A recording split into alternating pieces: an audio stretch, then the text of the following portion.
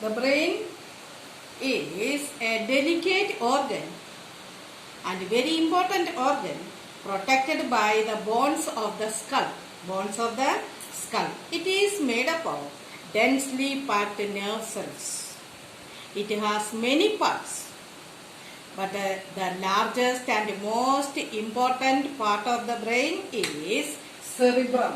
What it is? Cerebrum.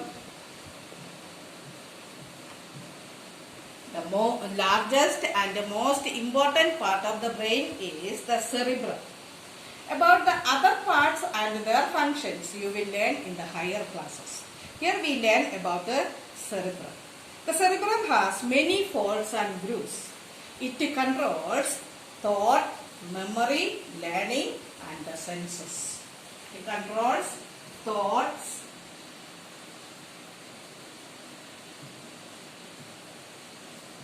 memory, learning and senses.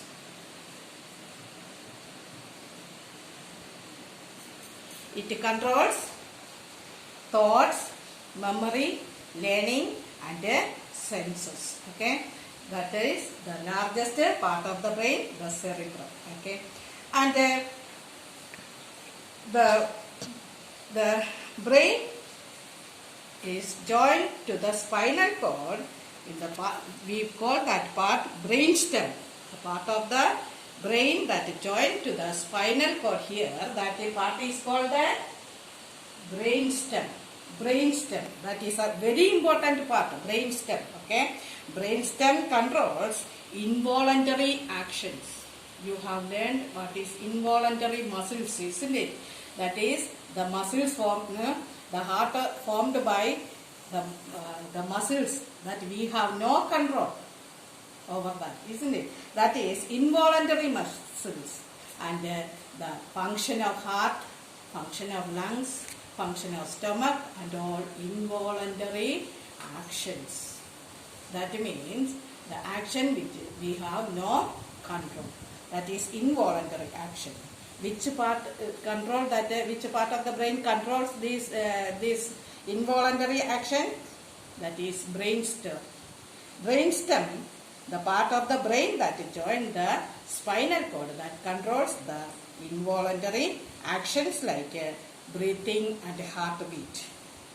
The other actions like writing, running or jumping and speaking, all these are voluntary actions. That means we can control these actions. We have control over these actions. But a heartbeat and breathing and about the food pipe also you have learned, isn't it?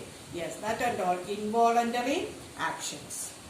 And that's what we are going to learn today. This part, page 40, you read well. Let's revise once again.